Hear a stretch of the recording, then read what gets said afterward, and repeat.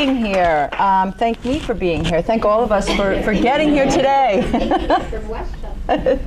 So I'm really happy to see you all, and you've seen me at these meetings before. I'm sort of like a guest member, I suppose. I've been the assistant director of the school health program for almost 6 years. March 2012 I came on board. And prior to that, I worked for about 10 years at the St. Vincent's Hospital in Westchester, which is exclusively treatment for substance abuse and mental health issues. I was the evaluation and referral coordinator, assessing and referring patients ages 12 and up, with a wide variety of issues. And while there, I also ran intensive outpatient groups for addicts in early recovery. Starting in young adult years, 18 and up. And so prior to St. Vincent's, I was a clinical supervisor at the Puerto Rican Family Institute. And before that, I was a bilingual school social worker at the New York City Department of Ed in various elementary and middle schools throughout the Bronx. So I feel like a naturalized citizen of the Bronx. I also went to Fordham undergrad, lived on the Rose Hill campus. So the Bronx was my destiny, I think. I was destined to be here and work here. I love the energy and the people, and I really also love working with adolescents. Not everybody does, but I absolutely do. So working at Monty has been a natural extension of my training, because it brings together my substance abuse work, my mental health work, and my school work. And so it was like a really natural fit, and I've really enjoyed working with the program. I also did some didactic training in family therapy at the Ackerman Institute. And I'm a CASAC, which is a certified alcoholism and substance abuse counselor in New York State. I have been since 2004. So I want to share with you today a lot of facts and information, and also I want to share with you my personal experiences working in the field, and I think that those will be maybe more helpful to you than the facts, or at least as helpful. When I was working at St. Vincent's in particular, I would say over the almost 10 years I was there, I did do a little math last night, and the number I came up with it sounded impossible. It was something like almost 10,000 patients. I would say that the range that I saw was from every socioeconomic background, every, race, religion, ethnicity. And the thing that I was struck by was the universality of human suffering, human trauma, mental illness, and substance abuse, and how those intertwine into people everywhere, pretty much. And for each of these people I worked with, it might sound a little hokey or corny, but I really tried to give each one of them an experience of humanity and compassion, and to signal to them that they were in a place with me of emotional safety. And so I would like that to sort of underpin everything I talked to you about today. So out of this group, do all of you work, can I see a show of hands, do all of you work with teens and adolescents? So yeah, about, huh? Teen moms. Teen moms, well that's teens, yeah. Mm-hmm. So, how many of you honestly, love working with teens? Okay, a few, some, a third to a half, I don't know. And the rest of you, where are you with teens? All right, yeah. They're a tough group, and I, in my experience, I found that people either love working with them or hate. I mean, I shouldn't say hate, but that they really find it difficult and grown and all that, or they think it's like the greatest thing in the world. And I am of the latter camp. I just love the energy. I love their oppositionality. It's like, just bring it on. I want to talk to you. Let me see if this clicker's working. It is. Okay, so what are the most important thing about adolescent years, brain-wise? Well, it's that their brains part of their brain is fully functioning, the emotions and the reward seeking. But the other part, which is responsible for judgment and self-inhibition, is not. And that causes them to act on impulse, as we know, and to really get in tight with their peers and do what their peers do, and to seek new experiences. Wait a second. Okay, Jeopardy. Anybody a Jeopardy geek like me in this group? All right, so I'm going to give you a few answers, and then you can give me the question. So it's responsible, I wanted it to come in one at a time. Anyway, it's responsible for assessing complex situations, necessary for making well-considered decisions, critical for balancing thought, emotion, and impulse, and it's not typically mature until a person's in his... What is the Buzzer. What is the prefrontal cortex? Ding, ding, ding, ding, ding, ding, ding. I wish I could be Alex. I wish you were wrong, only because I wish I could be Alex Trebek for a second and just do that like smarmy smug thing that, I'm so, like he knows every answer. Okay. Anyway, yes, the prefrontal cortex, of course. And you guys know all this, but I just wanted to lay that down.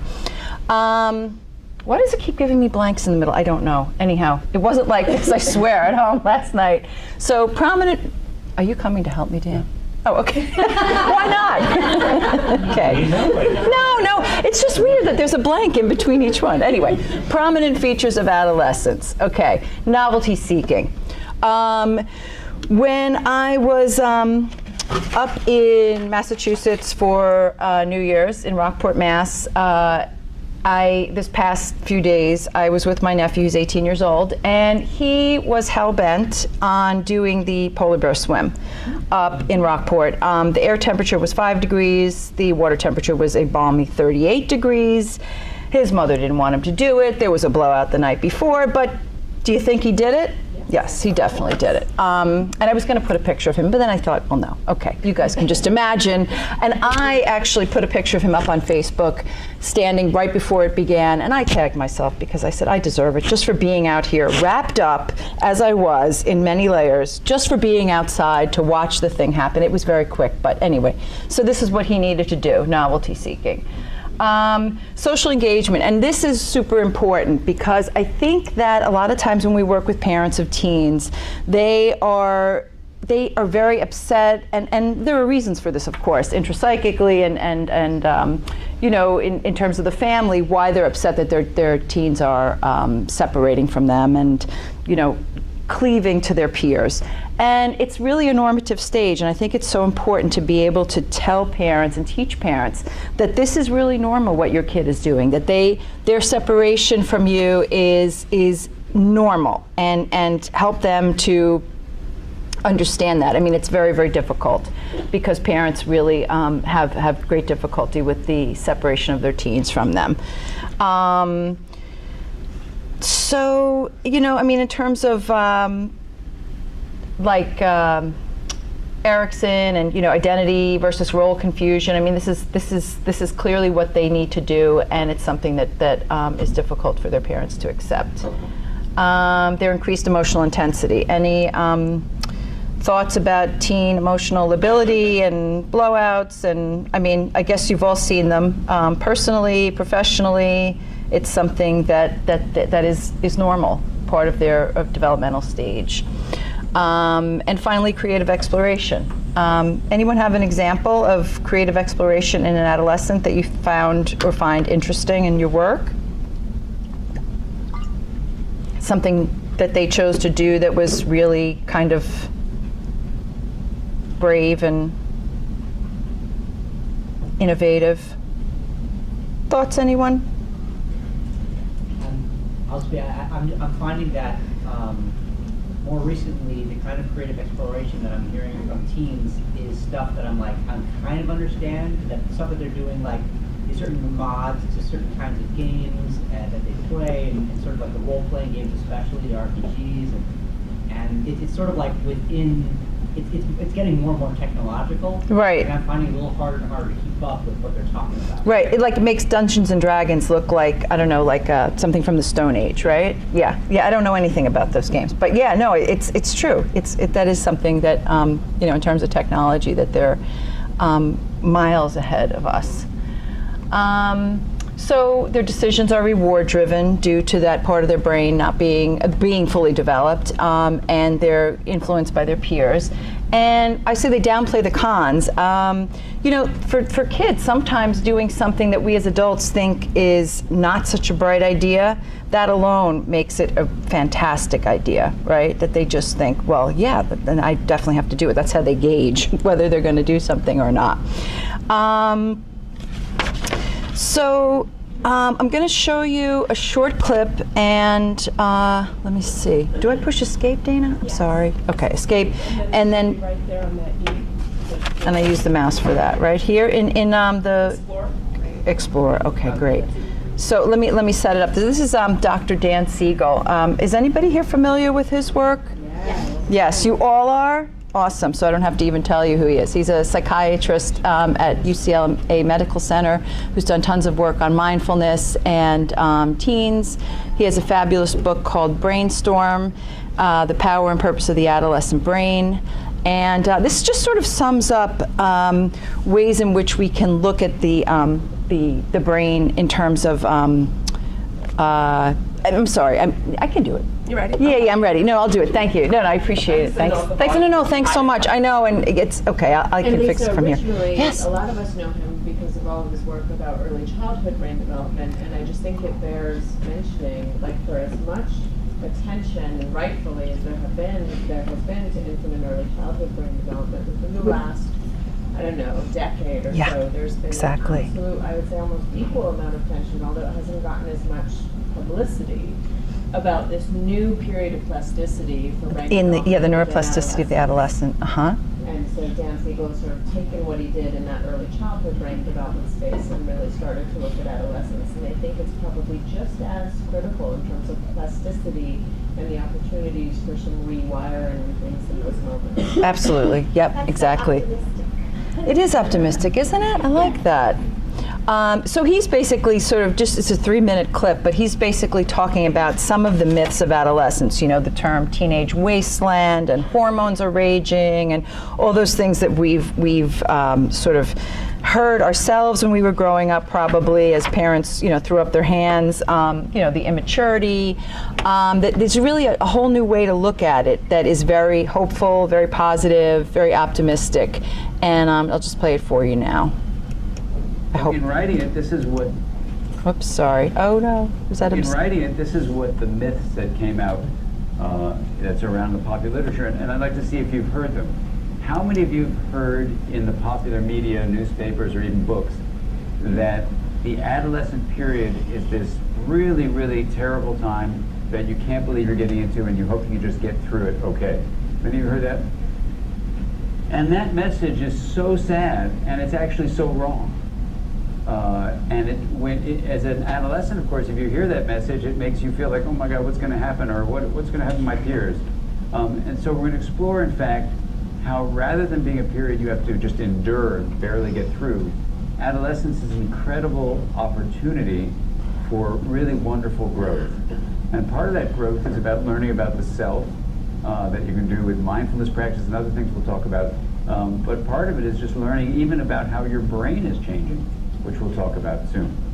A second myth, and you can tell me if you've heard about this, is that adolescence is a time when your hormones are raging out of control. How many have heard that?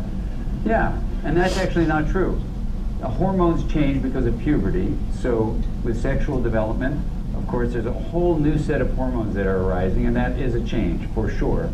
But the changes in the way we think as adolescents, or we feel as adolescents, or even how we behave, is not due to what happens with our hormones. So here's the idea, that it isn't the raging hormones that make for the changes that do happen in adolescence. It's actually changes in the brain that we're going to review in great detail in just a moment. The third myth that is really striking is, and maybe you've heard it, that adolescence is a period of immaturity, and that we don't get mature until like even the mid-20s. Have any of you heard that? Yeah. And actually what I'm going to suggest to you, thank you, what I'm going to suggest to you is that that's actually not only wrong, but it's a destructive way of thinking. Because then you enter the adolescent period, you say, well, I guess I must be just immature. So what would you do if the whole society was telling you you're immature? You'd be immature. Why wouldn't you? You'd have to be out of your mind not to do what people say to you, right? No, just kidding about that. But you would act the way people expect you to be. And so the problem with calling it immature is, first of all, it's wrong. And secondly, it's destructive. And thirdly, the truth of it is that it's a necessary period of change. And when you understand the way, thank you very much. No problem. When you understand the way the brain is changing during this time, you realize it's not a period of immaturity. It's necessary for both the individual and for our whole human species in order to change. Okay. So there he is. You know what I love most about that video actually is the fact that he is just so smooth and cool. There's some sort of technical difficulty going on and you'd never ever know it. He doesn't skip a beat. So yeah, so that's a great way of looking at the changes that are going on in adolescence in terms of putting them in a positive light. Okay. Good videos to check out, by the way, on YouTube from Dr. Siegel. Right, can I close this out? Oh, I'll just go straight to here again. Excellent. Full screen. Is that it? No. Go up. Up here? Here, right? No. Sorry. You're there. 2 more. Other way. There. Okay, excellent. Thanks. So this is just a little graphic that shows it's like an analogy of the adolescent brain being like a car with a fully functioning gas pedal, which is the reward center, and and weak brakes, which would be the prefrontal cortex. So why do adolescents use drugs and alcohol? Well, they use them for a lot of the same reasons that adults do. To relax and calm down, to feel alive, to self-soothe when they have problems, of course to socialize with peers, to treat any underlying psychopathology or depression, anguish, to access creativity. I mean, I don't know how many of you have heard, if you've talked to adolescents about smoking weed, that it really helps them be more creative. Like if they're musicians or artists or writers, it really helps them access their creative side. And you know, I mean, it might, I'm not saying it doesn't sort of help tap into certain areas of the brain that might help them to open up, but you know, we need to look at the consequences too that come from the use. And that's also something I'll talk about a little bit later on. And then to cope with depression, you know, kids who are dealing with gender dysphoria, kids who are dealing with issues around their sexuality, you know, racism and sexism. Any other things you can think of why kids might smoke weed, or I'm saying smoke weed because it's the thing we see most commonly, but use, experiment. Anybody have any other thoughts or any other experiences with why kids might use? Yes? To help them go to sleep. Yeah, I've heard that one too. Yeah, exactly. Yep, it helps them sleep at night. Helps them fall asleep probably, right? But the quality of sleep is another thing. So yeah, I mean, we're biologically hardwired at that time period to seek out new experiences and to take risks. And so, you know, trying drugs is a part of this. And but the thing is that it can have very serious long-term consequences, and a lot of times kids don't realize that. And there have been a lot of studies recently that have shown that the earlier someone starts, the more likely they are to become addicted. And here's a figure that I found that kids who start drinking by age 14, 15.2% of kids who start drinking by age 14 are likely to develop an alcohol use disorder. And, sorry, wrong slide. Okay, I'm talking about it being permanently modifying the neural circuits in the brain if they start using at an early age. So right, so 15.2% of kids 14 or younger who start using alcohol are likely to develop an alcohol use disorder, and as opposed to 2.1% of people who start at age 21. And 25% of people who start using or abusing prescription drugs at age 12 or younger are liable to develop a substance use disorder at some time in their lives. And that's from the National Institute on Drug Abuse. So that's pretty staggering, I mean, when you think about those numbers. So the goal would be to delay their use or their beginning to use as long as possible. I'd like to talk to you about the Therapeutic Alliance, working with your patients. It really provides a space where kids can come in and feel safe and feel comfortable as they begin to explore their internal experience and reasons for why they're doing what they're doing. It can encourage them to integrate regulation of urges and manage them as well. And any idea about how it can do that? Somebody raise their hand? How do you think the therapeutic relationship can help them integrate their self-regulation and self-management? Any thoughts? Yes. So I think by like being non-judgmental, you give them a space where they can think about their own values and their own behavior, as opposed to having someone authoritative, basically like a parent or someone saying like, don't do that exactly. Absolutely. Yeah, because it's short-circuiting their exploration of what their experience is and why they're doing what they're doing. And the therapist modeling their own. Sorry. Get rid of that. I just want to get rid of that. Sorry. Oh, wait, I can just, yeah, sorry. And the therapist can also do that by their own self-modeling, right? How they are in the room with the patient, modeling this stance of lack of judgment, of curiosity, of openness, of good listening, of reflective listening. Those are ways that the therapist models for the patient that this is okay to do, that it's okay to look at these things without immediately shutting down. Like you said, right, wrong, this is not the thing to do. And another important thing to remember is that your theoretical approach to your work is less important than creating a trusting environment for your client. I like this quote from a book about couples therapy called Techniques for the Couples Therapist.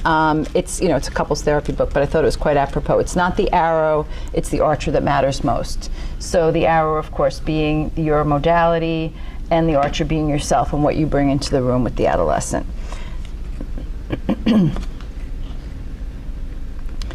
And using a manual is really helpful, helps them build skills, but really paying attention to that relationship and what the patient, the client, is getting out of their interaction with you and how they're taking it in and what their experience of it is really, really important, even if you're following a manual and a theoretical, a manual.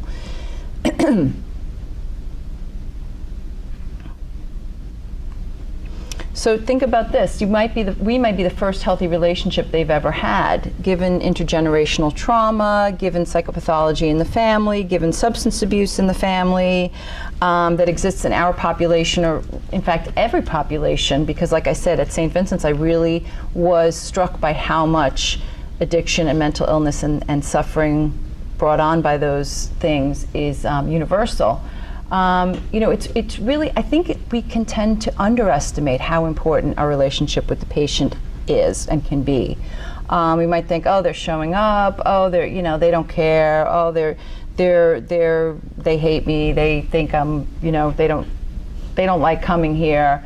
But we really are an important place for them to come and begin to learn how to have a relationship. And it's the therapist's responsibility in the beginning that might be hard to remember when the kid is being oppositional and annoying and obnoxious in a session, but that it's the therapist's task when they begin working with the patient as part of their engagement that forming this relationship is important. So we have to remember too that teens are very, very sensitive to inauthenticity. And I like to say their BS-o-meters are very finely tuned and finely calibrated, and they know when we're giving them a line, right? I think that it's better for us to be able to say, I don't know, than to pretend that we know exactly what they're talking about. I mean, like you were saying about the games, to ask them questions about what they're doing and say, you know, hey, tell me more about that. I don't, or you know, they want to challenge us and they want to say, oh yeah, I bet you don't know about that. No, you know what? I don't think I've heard of that. Tell me more about what that's like for you. You know, it's really, really important, and I think sometimes we try to be cool, or we want to be cool, or we realize how uncool we really are when we're working with adolescents. But I think it's just better to come right out and say, I don't know sometimes, you know, and it's a model for them that they don't have to have all the answers, and they don't have to know everything, and that nobody knows everything, and that there's a lot of stuff in life that we don't know the answers to. And the point of sharing facts with them but avoiding scare tactics is important. Dr. Siegel talks about that in Brainstorm, in the book about the adolescent brain, that when we talk to them and, you know, like those cigarette packs that you see them a lot in Europe, but like the ones that have like the charred lungs and the lips missing and all that, that is much, much less effective than trying to get the adolescent to learn about the fact that, say, tobacco companies are working to brainwash them to take their money, right? You're nodding. Have you read about that too? Yeah, well, even like now, like MTV and stuff, you can see different types of anti-smoking ads, and they're much more focused on talking to the adolescents about how, like, the tobacco companies are trying to screw with them, versus like scaring them, which I think makes sense. Right, exactly. Yeah, that's great. That's great. I hadn't actually seen the YouTube videos, but that's good, something else to look into. So what are some of the guidelines you can use to assure like an empathic attunement with the teen? The first session you have with them, we experience this all the time in school health, that kids are coming in and they're blurting out all kinds of very highly personal information, making themselves vulnerable. I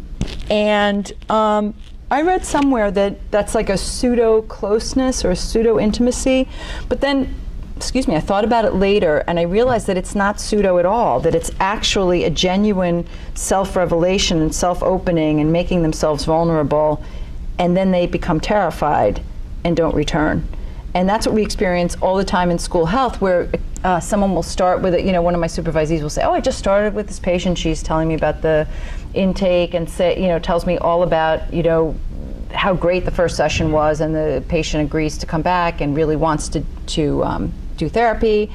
And then, you know, I check in the next week or 2 weeks later and it's like, no, they never came back. Well, yeah, because they're scared, and so the treatment can end prematurely, and that's too bad. Does anybody have experience with that, where you've, you know, sort of had somebody come in and it started well and then it just sort of ended in a poof? Yeah. Anyone have any insight or anything that you've done yourselves? Because I just, like, I love hearing from you guys in terms of what your experience is, since there's tons in the room. Yes? Sometimes if I've sensed that, sometimes I'm blindsided and I really think they're coming back, I have no idea. But sometimes if I've sensed that either there's some anxiety or it may make it harder for them, I've kind of prepped at the end of the session, you know, like that sometimes it can feel really good after you leave, and, you know, either you may feel like you don't really need to come back anymore, or it may feel really kind of scary to come back, and you, when it comes time to come to the session, you really don't want to go, you know? And I kind of prep them for having that thought and then thinking it through and the pros and cons of coming back. That's great. That's So great like, that you I'm like kind of normalizing that. you before they predict go. that feeling and that experience, that like, oh wow, I feel better, and or I'm so glad I talked to you. I don't need to talk anymore.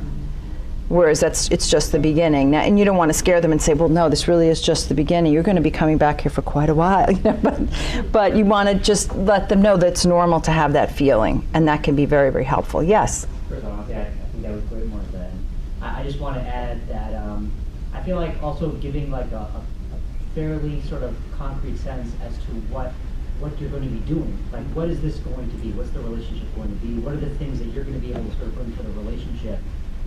Can also help, because it'll provide more of a frame for the fact that it's not like every time you have to come in and spill. Like, that's not what therapy is going to be about. So the more that they know, like, okay, so what are you going to be doing now over the next X number of appointments, I think also is helpful, because then it's not like, oh, every appointment's going to be like this first one where I spilled a lot and we shared a lot of stuff. That's great. That's a really good point. I like that. Thank you. Okay, so self-disclosure, that's a big thing. Big hot button issue, right? And whether to disclose, not to disclose, and it can be overused, and it can be unhelpful, and it can even, the thing that I don't like about it is that it can become damaging to the relationship because it short circuits the work. This is especially common in the addiction world, because a lot of times there are people who work in the addiction world who are addicts in recovery. And they think at times that it's good to tell the client that, yes, they're in recovery too. And that, I know what you're going through. Well, I mean, I think all of you in here would probably disagree with that and say, well, how could that possibly be helpful? Because, I mean, just because someone's gone through an alcohol issue or a marijuana issue or a cocaine issue or whatever it is by no means an assurance that they know what their patient's experience is going through that, right? And so I think it creates sort of a false intimacy with the patient, a false connection with the patient. And my stance is that I do not disclose a recovery status myself. I think that, it's important because kids will ask, well, did you ever do this? And did you ever do that? Do people in here have that experience too, where yeah. And so what I do, I mean, which is, I don't know what you all do, but it's important just to turn it back around to them and to say, I can understand, you're very curious. You want to know, I want to go down to the deeper issue of what are they really asking you? Can you understand me? Can you accept me? Have you ever been in a situation where you are doing something that your family is upset about, that's maybe affecting your grades, that you maybe aren't so sure is so great for you? Because those are the things that are lurking below the surface in them. So my question about self-disclosure is, while it can be overused, can it ever be underused? How does self-disclosure play a role in your work with adolescents? There's a great article which I've included in my references by Robert Gaines, a psychologist out of the William Allenson White Institute, and he talks about self-disclosure with children, adolescents, and their parents, and it's really excellent. But he talks about how he uses himself to inform the work that he does. So the way to use self-disclosure is to stay with what they're saying, and you can give them your subjective experience and of what they are saying and what they're telling us, telling you rather. And I think that that's the best way to that's the way I handle self-disclosure, because I really want to know them and I really want to understand them, and I also really want to bring my authentic self to the room and to the therapy, show them that what they're saying has an effect on me and what my thoughts are about what they're doing and what they're saying. So that's how I bring self-disclosure into the room. Some of the skills for an adolescent therapist, of course, are those that you would use for any client or patient. The one, number 5, establishing confidentiality with limitations. Obviously, there are limits to the confidentiality that you can offer. You want to offer as much as you can to the teen, but knowing that if they're doing something that is dangerous or that could harm themselves or others. Now, of course, some people will say to me, well, what about the fact that they're smoking weed every day? Again, I don't think that there's a cookie cutter answer to, yes, you tell the parent if you know they're smoking every day. Or yes, I mean, you have to look at the entire picture of what's going on in their lives, how badly are they doing in school, under what circumstance are they, smoking weed, and then the young woman is getting into a car with a strange guy, and, all these things come into, when you're doing your assessment and your ongoing assessment of the situation. Rolling with resistance, of course, that's from Miller and Rolnick, the motivational interviewing, which I'll talk a little bit more about. And not letting denial prevent you from implementing the program. So you just, sort of hear what they're saying, but also and take it in, and you know, if they're not willing to say that yes, this is a 100% problem, then look at the areas that what's bothering them, why are they here, and agreeing on goals that they might be ready for, smaller goals. You know, if it means something like from a harm reduction perspective, if they're smoking every day, gee, would they be willing to think about smoking every other day? Maybe yes, maybe no. But you take it in that way, just to look for different ways to intervene. Okay, working with parents, of course, is a really important part of working with teens. Now, at MMG, if you're working with a teen, do you have parents that come in regularly for sessions, or how does that work? Or you're saying you work mostly with teens who are parents, right? It depends on which program they're associated with. I would say it's a mix for us. Like sometimes we're working with teens and there's no parent there, and sometimes the parents can be present and can be in the appointment if we decide, and everyone decides that's what should be. Right. Okay.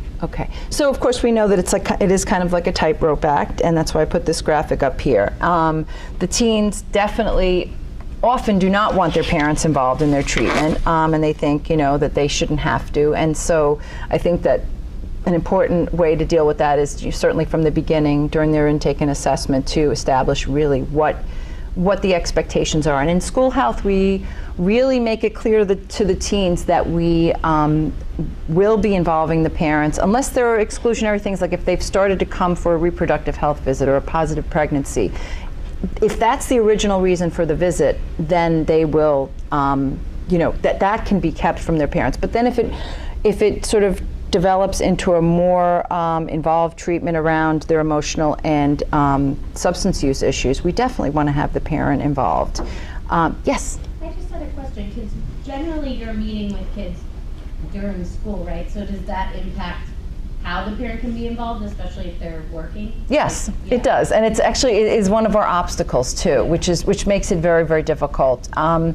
Yeah, in most of our high school settings, for some reason, I don't know what it is, but the parent needs to be more involved with our younger students, but and I know that the parents, the therapists who work with our elementary school students also have some difficulty getting the parents in, but I think the combination of the resistance and the kids, you know, sort of level of development, and the parent having difficulty coming in creates real, you know, obstacles to having them be really involved.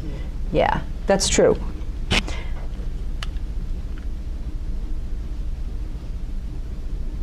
So our goal is to be able to give them as much confidentiality as we can, and while also forming an alliance with their caregiver, which is very, very difficult, but it's very, very important to have that connection with the parent, because if we don't, then there's the risk that the parent will sabotage the treatment. And you know, because it can be threatening to them to know that their child is coming to see someone who they see possibly in a very positive light, and the parent thinks, well, you know, what is all this about, and doesn't understand it. So we really need to try to create as strong a bond as we can with the parent. So you know, in order to have that connection, to be able to work most optimally with the kid. So some tips that I have for working with parents are validating their efforts to be as effective as they can be. And that can be really hard, and parents have their own issues when they come in. The parents have their own self-esteem issues or insecurities about how they are as a parent. The parents might have shame and guilt around their child's issue, and the parents might have shame and guilt around their own issues. I mean, there could be substance abuse in the family. They could have their own either past or present substance use issue and their own denial around that. But engaging the parents as a co-collaborator, that's redundant, a collaborator in the work is really, really important, as much as you can. And to work with the parent and look for their highest functioning selves when you see a parent. And keeping in mind how difficult it might be for them to face you and to be with you in working with their child. So, I mean, we're going from sort of this Freudian view of seeing the adolescent period as one in which the child gets emancipated from the parent to a developmental relational view where there's sort of a change in the relationship. It's renegotiated and recalibrated to sort of be more reciprocal, more fluid. And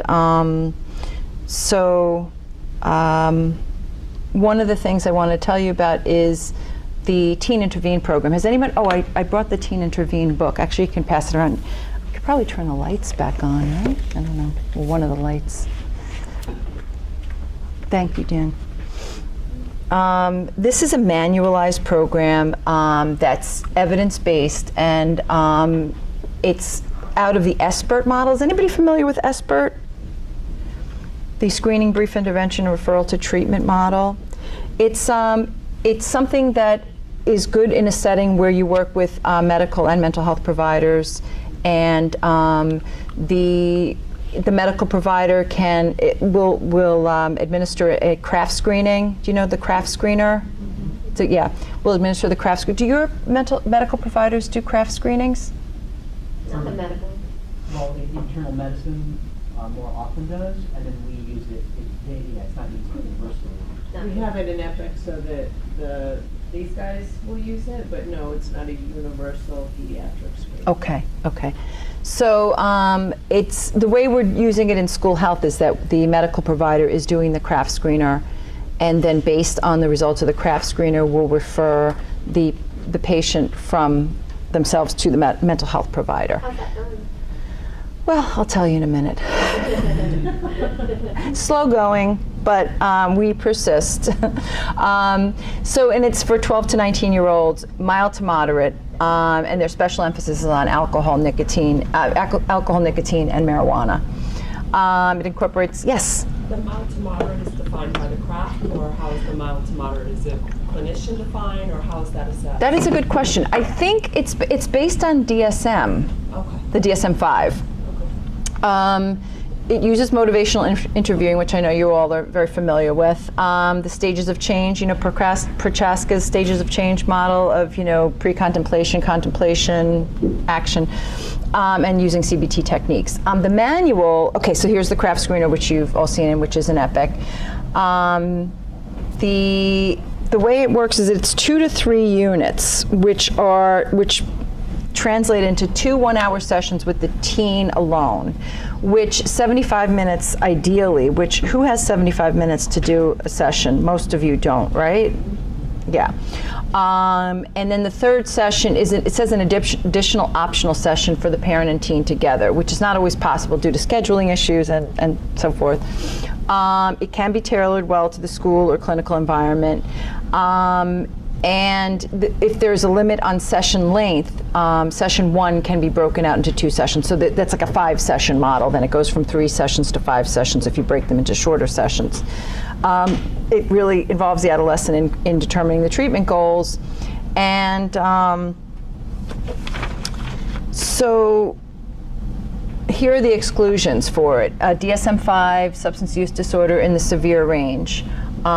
Daily users, which I think would exclude a lot of our students, but and an untreated severe mental illness.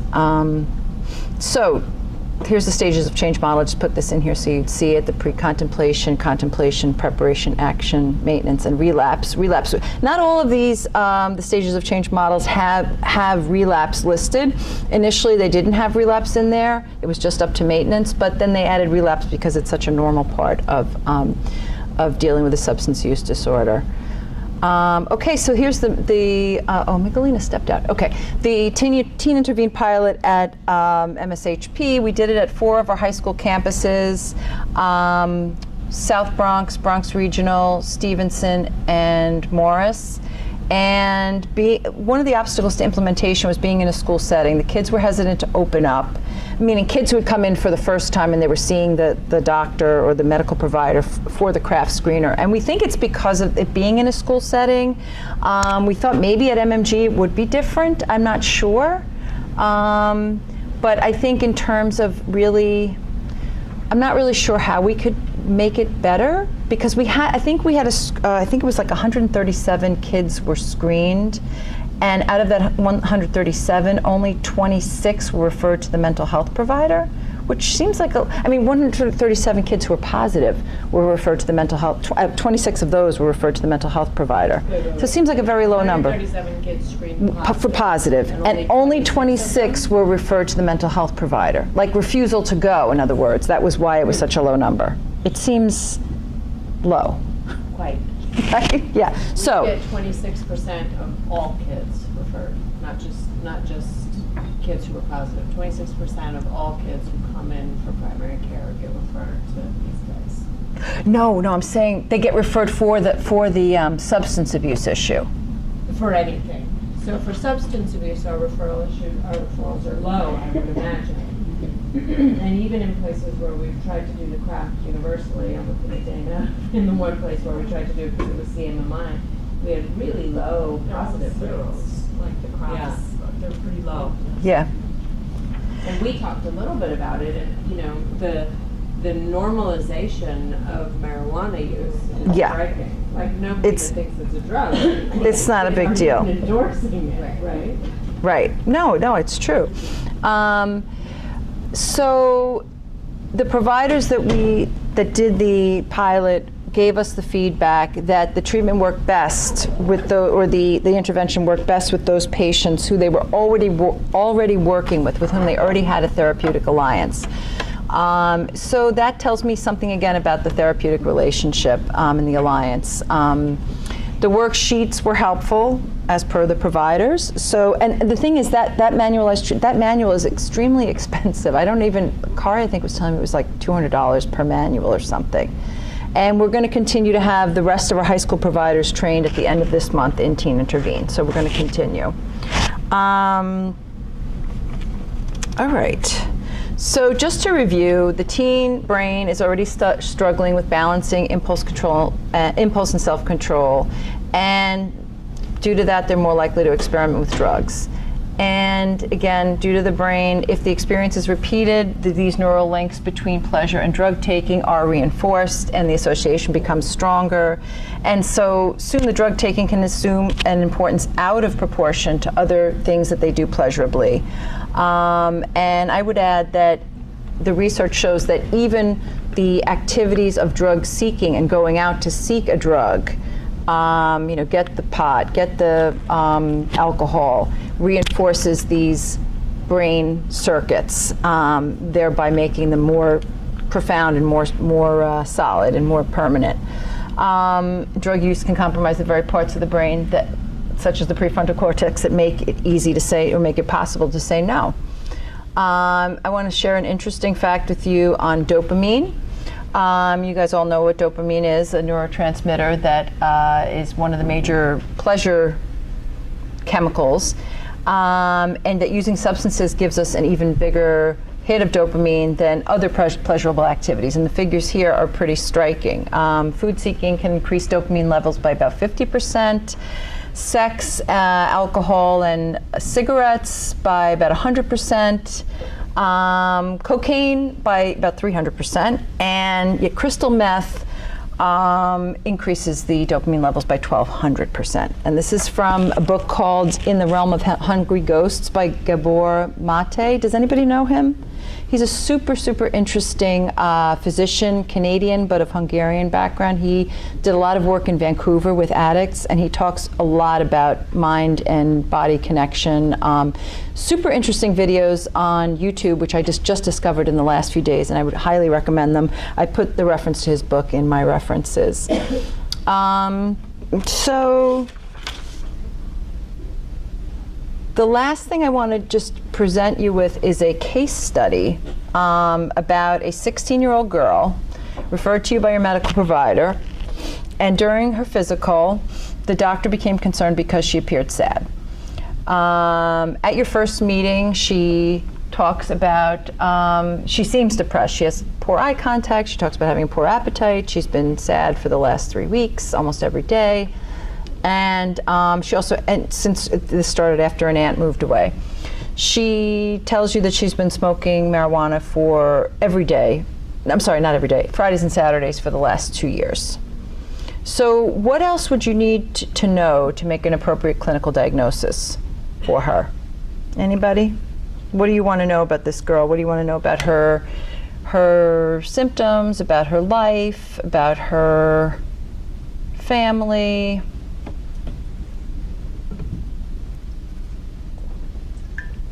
Yes. Well, I guess if there's any trauma or any current stressors at home or school. Yep. Good. I want to know her strengths and her support team. Yes. I like that. Good. Resources.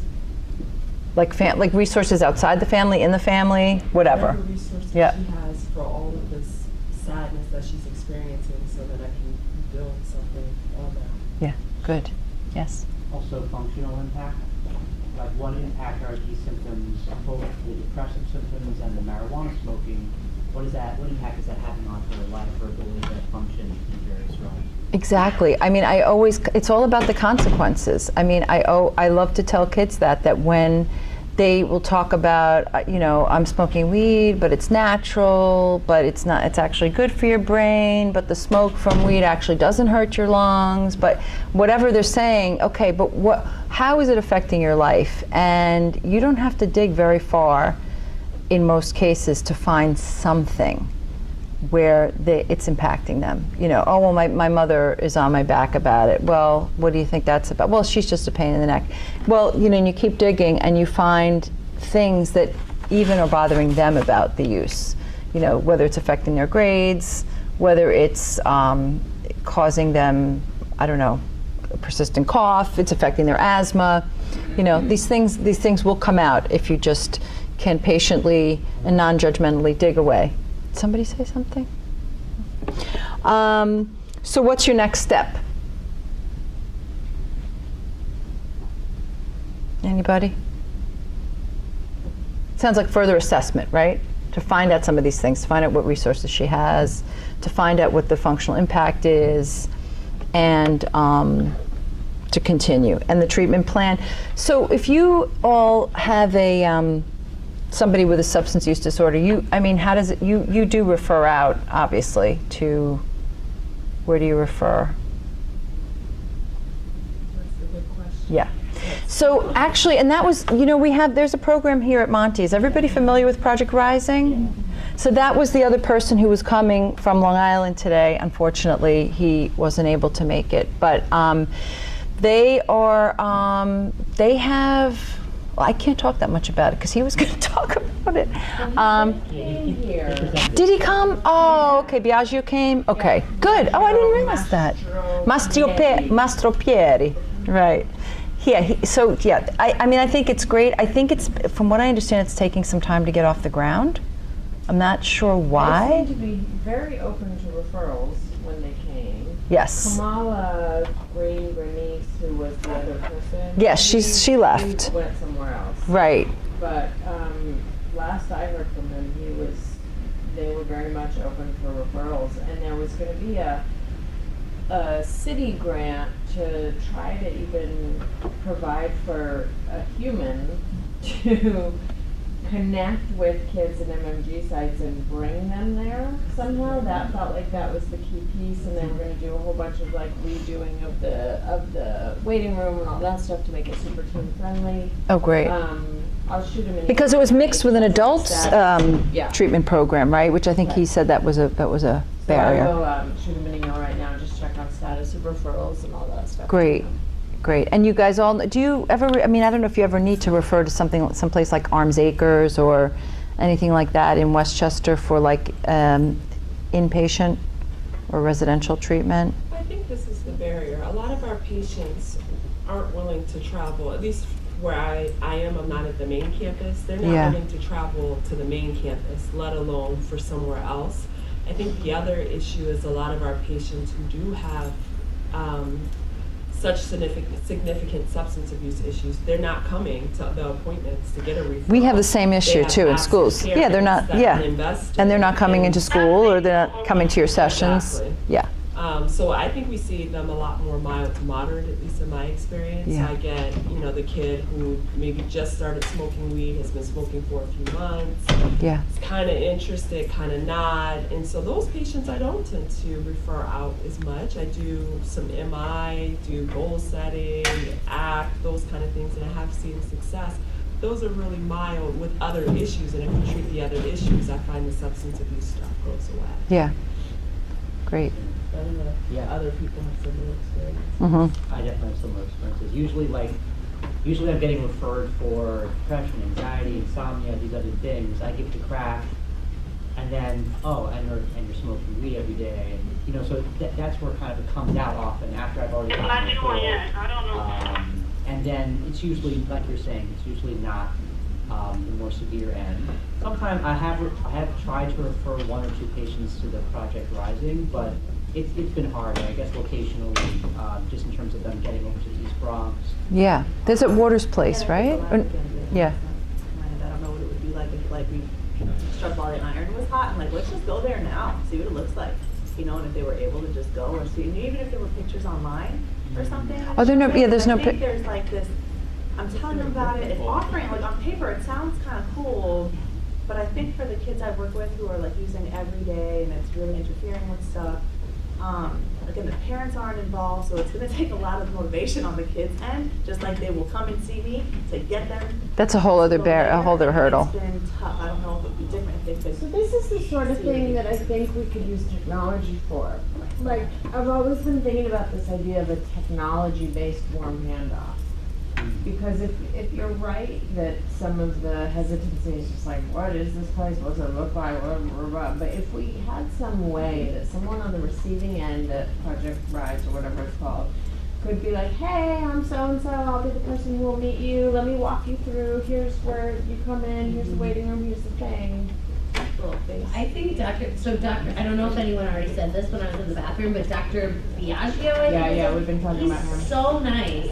He would 100% be into something like that because they're really trying to. Yeah, they're really working hard on that. So that could be something where maybe even he could facilitate or come in and we could kind of brainstorm. I just sent him an email. Okay, cool. He's so nice. And so maybe He's that's great. something to suggest to him. Yeah. Right? Even if it's just a Skype for business call that's from cell phone to cell phone or something. Or even maybe and I would love to we could make a site visit, so at least if we've seen what it looks like, we can be oh yeah, I know what it's like, you do this. 100%. That might, I think You all have permission to take time and go do that and go see it if that feels like it would be helpful. Take your own pictures if you want. Yeah, that's a great idea. And then send them to Biagio and say, Biagio, here are some great photos of your program. Yeah. No, and it's me too, because I haven't seen it either. And it's that sort of missing piece where you just sort of want to, and if we're that curious and unsure, imagine the kids, right? So, all right, so basically, am I out of time? 5 more minutes? Oh, perfect, okay. That's great. So I just wanted to, I can share this PowerPoint with all of you, but this is just, I'm going to just go through this quickly because I just wanted to show you something. So when assessing, this is a super important thing, and this is existed throughout my professional life of asking kids about substances, or adults for that matter as well, but kids even less precise. When you ask a kid, well, how much are you drinking? Oh, you drink on Fridays and Saturdays, great. Okay, how much do you drink? And they'll say, a cup. A cup. And a cup of what? Oh, I don't know, it's this Hennessy or something, whatever. Well, first of all, what kind of cup are they talking about? What was that? Problem right That's a big problem. That's a huge problem. It doesn't matter what the cup is. Well, no, but if there's a difference, the cup, they don't know 8 ounces. They're not saying 8 ounces. This is a cup. This is 18 ounces, I think, right? This solo cup. And, they could mean 4 ounces. Not that 4 ounces is good for a teenager to be drinking, but there's a difference between that and this huge thing. And it says, do you know there are lines on a solo cup? Well, I had to laugh when I saw that, because first of all, are they really measuring lines? No, they're not. This is 5 ounces of wine, that's an ounce of liquor. I'm sure the kids are all carefully using, careful little jiggers and things like that. What? They're creative. They are creative, but they're also careless too, right? Just pour. So it's you try to get as precise a measurement as possible, and you're not going to get it, right? You're going to say, well, how much did you? You say a cup. How big was the cup? Do you think it was this big? You think it was this? And it's really it's a blur because you don't get any precise information. I just wanted to put that one out there. Okay, everybody, do people talk about e-cigarettes and vaping and stuff like that? The hookah, that's right. It's the hookah. I didn't even write hookah in here, but that's one of them, and they can use it to flavored with tobacco or obviously with the cannabis oil and juuling. Do you guys know about juuling? The Juul is a specific brand of well, it's not a thumb drive, but it looks like a thumb drive. Here, I have a picture of it. That thing there. Yeah, this thing. And it has all these different, no, this is called a Juul. But it's for vaping. For vaping of some sort. And the thing is that they can sort of hide it, and they have it like in their bags or, but look, there's a charger. I don't even quite understand what it is because I've never seen an actual one, but I wanted you guys to have a visual. Looks like a flash drive. It has a battery. And look, there's one that can look like a Sharpie too. Yes, the Sharpie. I think Sharpies are illegal. Sharpies are illegal? Sharpies. Yeah, because it's For for real? tagging. No, it's for tagging. They're feeding. I didn't realize they were illegal. They're not Sharpies. No, I know. Oh, I didn't realize they were illegal. Okay. Sharpies. It's one of those stoppable offenses. Okay, and then this is just additional information, drugs of abuse. Let's see. You guys can look at this at your leisure. This just points out that marijuana, this is age 12 to 17, blue, orange is 18 to 25, green is 26 and up. And you can see out of all the substances listed here, the one that has the only one that has adolescents as higher than adults or young adults and adults is marijuana. Well, I think we all knew that, right? So, I think that's it. These are the this is the book, the article by Gaines in the Journal of Clinical Psychology, the Gabor Mate book, excellent, highly recommended, and the my thing is off there, the Dan Siegel book. Sorry about all this, and a book on addictive thinking. And then I also included some, these are two great webinars included on these websites. One is about susceptibility of teens toward addiction, and the other one is about building therapeutic relationship with adolescents. And yeah, other resources, websites, OASAS, National Association on Addiction, NIDA, National Institute of Drug Abuse. And that's it. Any questions in the last 1 minute, maybe? Yes, Yeah, thank you. So school health, is this the standard method that you all are using for treatment of substance issues, mild to moderate? Yes, well, I mean, we've piloted it in 4 of our high schools, and we're rolling it out to the rest of the high schools. The rest of the high school providers are being trained. So I would say not yet. It's not fully implemented. Right now, it's sort of like what you're doing in terms of your work, the motivational interviewing, the referring out. There are just not a lot of programs. I mean, I can give, even though I don't work for St. Vincent's anymore, I can give a plug, but again, it's an issue with Medicaid transportation. There's a great intensive outpatient, day program that combines school and treatment for kids, like a 9 a.m. to 3 p.m. everyday program called Excel at St. Vincent's, but it's Medicaid does not cross county lines. So even though Harrison, New York is, like 15 miles from here, it's like another universe. And so it's problematic. I wish we had something more like that here in the Bronx. Yes? Yeah, I just wanted to share that I saw that Philip Morris has announced their New Year's resolution is to try to decrease cigarettes and try to get people to use other alternatives to cigarettes. Really? Cigarettes. Do we believe them?